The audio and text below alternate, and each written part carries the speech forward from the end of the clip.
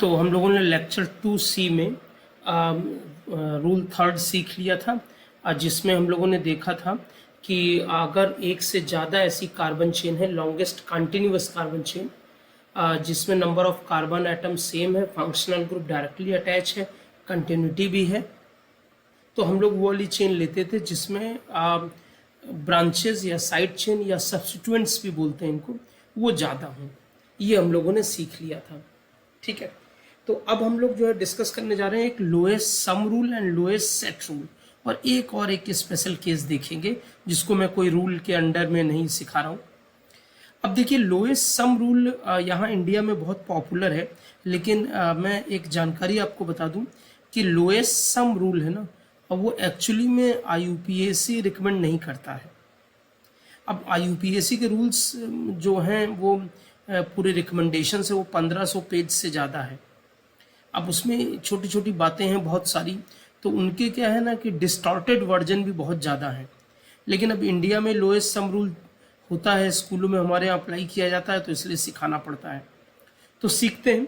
पहले एक काम और करते हैं, पिछले टर्न पे एक सवाल था बढ़िया, उसको डिस्कस कर लेते हैं। तो मैंने आपसे ये कहा था कि इसमें जो है चेन आपको सेलेक्ट करना है। तो देखिए, ये रहा फंक्शनल ग्रुप, ये, और इसमें कार्बन एटम है, कंटेनिंग कार्बन एटम, ये कंटेनिंग कार्बन एटम। अब देखिए, इसमें अलग अलग पॉसिबिलिटीज़, अगर मैं इसी को दिखाऊं, देखिए अगर मैं ये पॉसिबिलिटी आपको दिखाऊं जैसे ये, तो मैं इसको थोड़ा बड़ा भी कर दूं तो जिससे आपको दिखे, तो देखिए ये तो गलत है, ये तो गलत है। क्यों गलत है?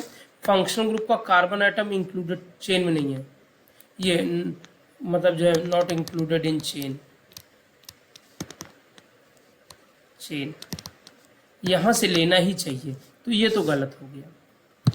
अब देखिए, अगर मैं ये वाला केस लेता हूँ, ये फंक्शनल ग्रुप है, तो 1 2 3 4 5 6 7 8 कार्बन है, और ब्रांचेस देखिए कितनी ब्रांचेस, सब्स्टिट्यूएंट्स कितने हैं, 1 2 3 4 5 6 7, तो 7 साइड चेन्स हैं इसमें।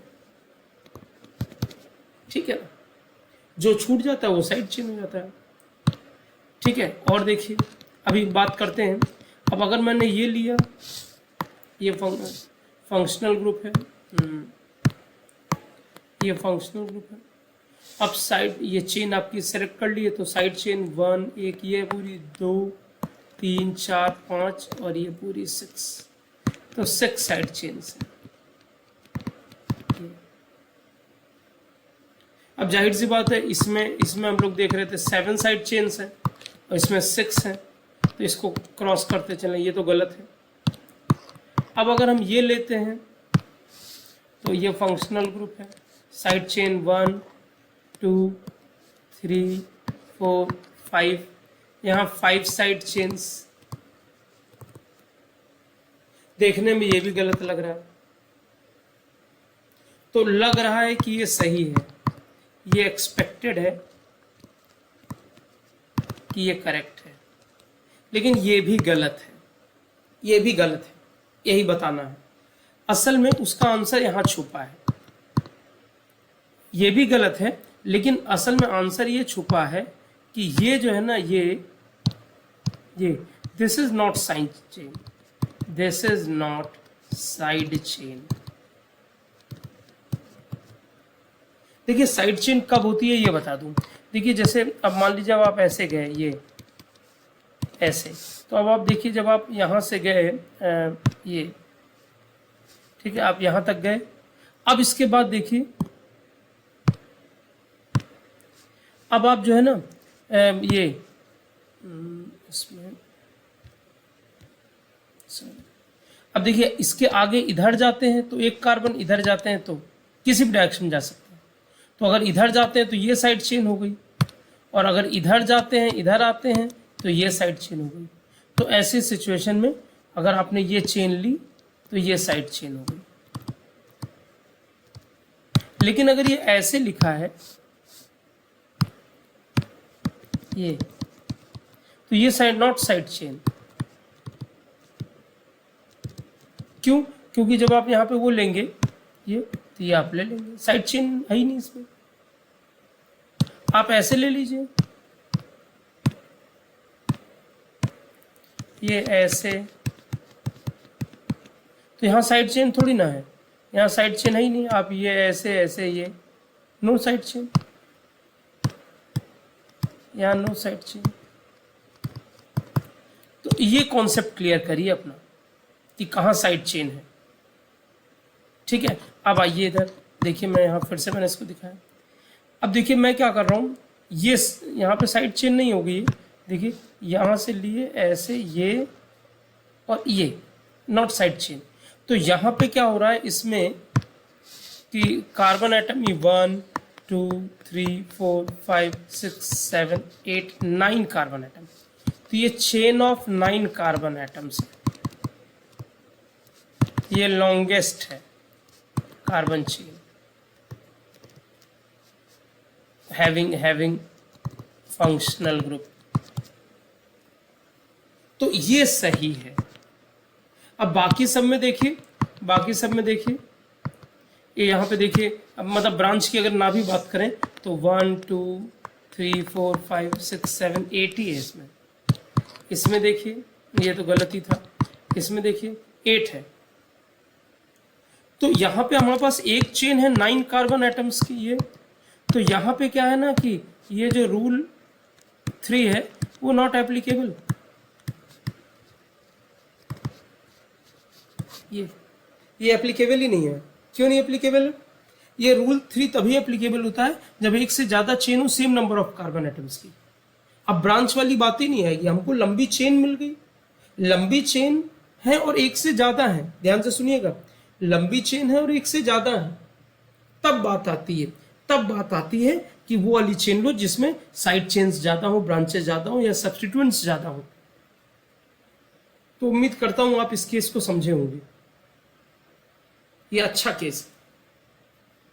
हर जगह आप, मैंने स्क्रीनशॉट लेने के लिए तो टाइम नहीं दिया है, लेकिन हर जगह आप वीडियो पॉज कर करके स्क्रीनशॉट ले लीजिएगा।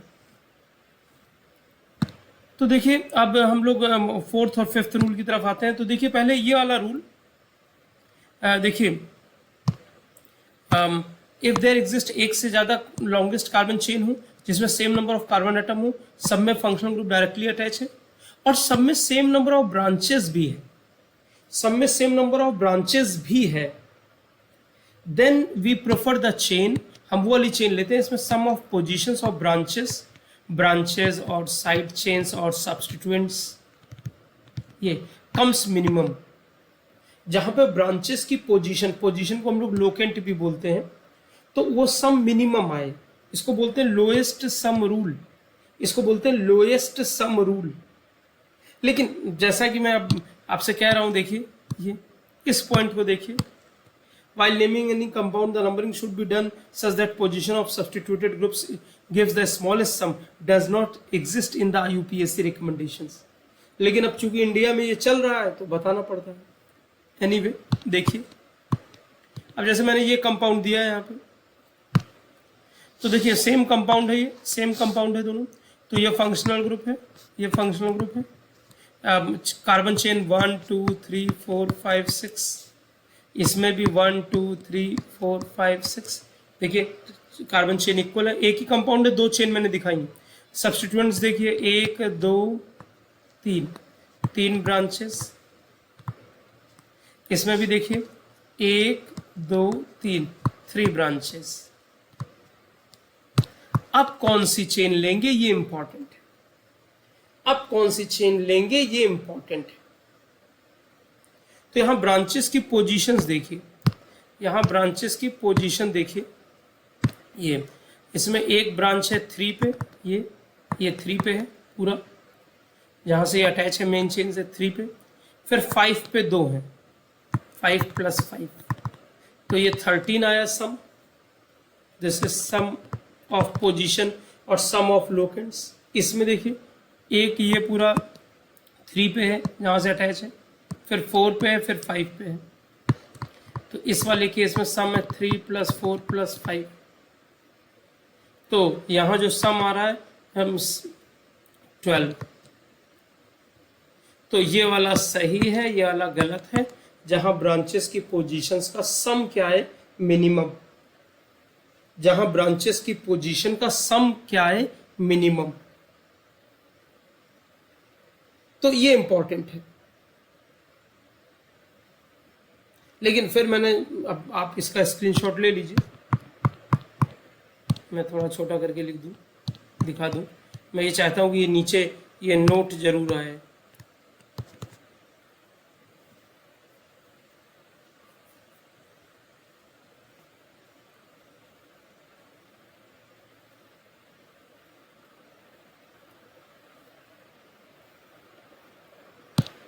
ठीक है, ये एग्जांपल नोट कर लीजिए।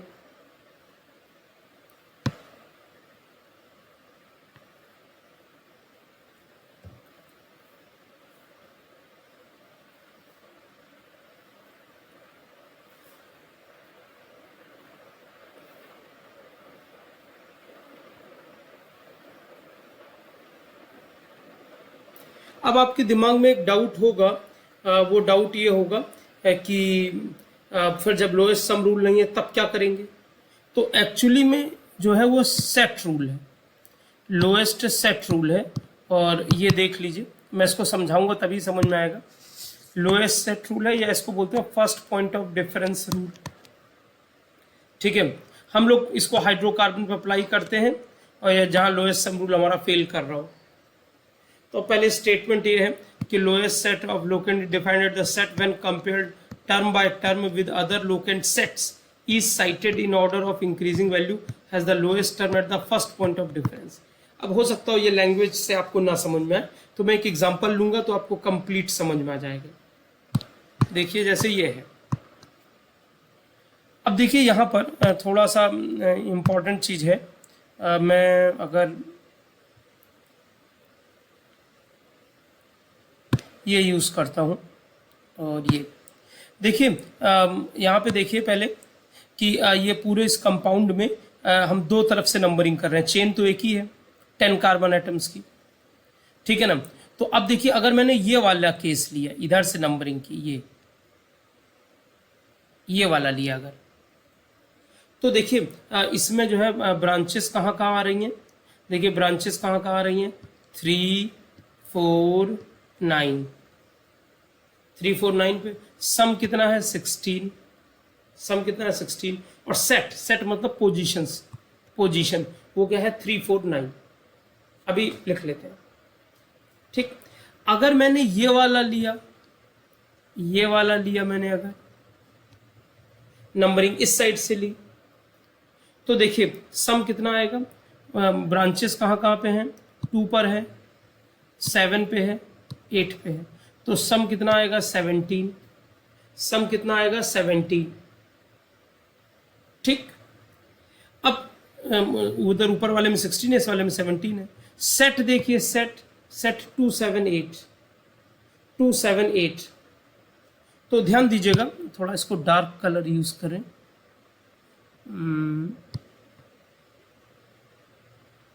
तो कौन सा कलर यूज करते हैं,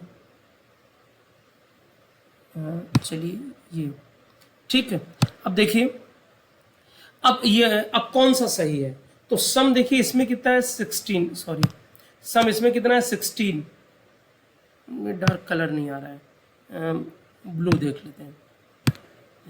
तो इसमें देखिए सम कितना है 16, इसमें सम कितना है 17, ठीक है ना। तो कौन सा लेंगे, तो यहां सम रूल नहीं अप्लाई करेंगे, सम रूल नहीं अप्लाई करेंगे।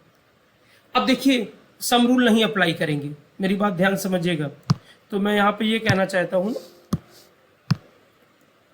कि सम रूल नहीं। अब हम लोग क्या करेंगे, सेट देखेंगे, सेट।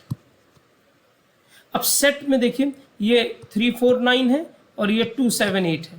तो सेट का पहला मेंबर देखिए, सेट का पहला मेंबर देखिए, ये दोनों का 3, 2। तो जिसमें छोटा हो, जिसमें छोटा हो तो ये वाला ले लेंगे। जिसमें छोटा हो मतलब जहां देखो first point of difference, first point जहां पहला डिफरेंस दिखे, तो पहले ही मेंबर में डिफरेंस दिख गया, पहले ही मेंबर में डिफरेंस दिख गया। तो एक में 2 एक में 3 है, तो लोएस्ट वाला, लोएस्ट सेट रूल, ठीक है ना। तो यहां पर मैं ये कहना चाहता हूं, यहां पे मैं ये कहना चाहता हूं, देखिए कि ये जो 3 है और ये 2 है, तो 3 और 2 में ये 2 छोटा है। अगर ये सेम होता तो फिर हम 4 7 देखते, ये तब ये वाला लेते, 4 छोटा है, जहां पहला अंतर दिख जाए, ठीक है ना। तो ये वाला हमारी नंबरिंग सही है और ये वाली गलत है। तो इसको बोलते हैं लोएस्ट सेट रूल। यहां सम नहीं अप्लाई करते हैं, वैसे भी मैंने कहा सम रूल एग्जिस्ट ही नहीं करता। तो सेट बनाएंगे, पहला मेंबर देखेंगे, मान लो पहला मेंबर सेम हो तो दूसरा मेंबर देखेंगे, दूसरा मेंबर सेम हो तो तीसरा देखेंगे। मतलब ये फर्स्ट पॉइंट ऑफ डिफरेंस, ध्यान दीजिएगा, ये फर्स्ट पॉइंट ऑफ डिफरेंस, ये इस लैंग्वेज को समझिए।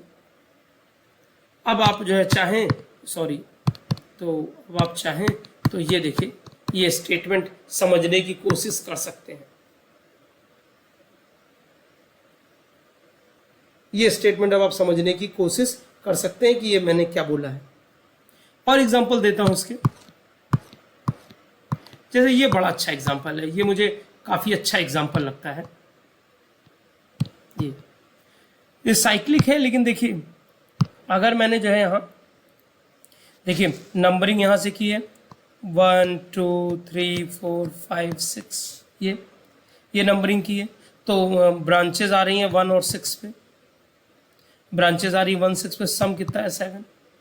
और इसमें अगर हमने नंबरिंग इधर से की 1 2 3 4 5 6, ये ठीक है। तो यहाँ पे जो ब्रांचेज आ रही हैं वो कहाँ पे आ रही हैं, 2 और 3 पे, सम कितना है 5 का। तो अब लेकिन हम लोग क्या करेंगे, सेट देखेंगे, ये सेट, ये और ये सेट। तो सेट का पहला मेंबर ये 1 है, ये 1 है और ये 2 है। कलर चेंज कर दूं तब समझ में आएगा। सेट का पहला मेंबर,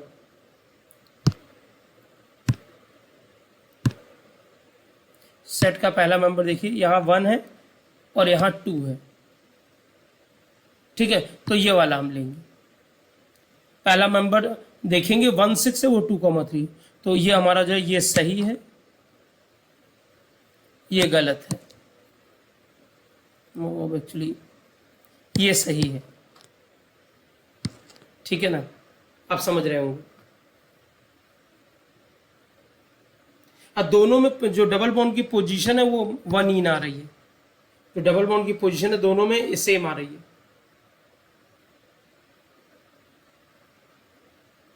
ठीक है। ये चीज ध्यान रहे, डबल बॉन्ड को हम प्रायोरिटी देंगे तो डबल बॉन्ड तो पहले ही सेम आ रहा है दोनों में, ये बात मुझे पहले बोलनी चाहिए थी। तो इसमें एक होमवर्क कर लीजिए, इसमें आपको नंबरिंग करनी है, इस वाले में आपको नंबरिंग करनी है। अब अच्छा सवाल है। अब नंबरिंग कैसे करें, 1 2 3 4 5 6 इस तरह करें, या फिर इधर से करें 1 2 3 4 5 6, या फिर इधर से करें 1 2 3 4 5 6, या फिर इधर से करें 1 2 3 4 5 6। अब ये आपको सोचना है, ये होमवर्क है। सारी अलग अलग सारी पॉसिबिलिटीज लिख के फिर एनालाइज करें, कौन सा रूल अप्लाई करें कौन सा नहीं करें, ठीक है ना। और एक और स्पेशल बात है, ये अब किसी रूल में कवर नहीं हुई है, ये अगर इस तरह की चीज आए तब क्या करेंगे। ये दो सब्स्टिट्यूएंट्स हैं, वो आइडेंटिकल पोजीशन पे है, दो सब्स्टिट्यूएंट हैं और वो आइडेंटिकल पोजीशन पे है, तो सम सेट सब सेम आएगा।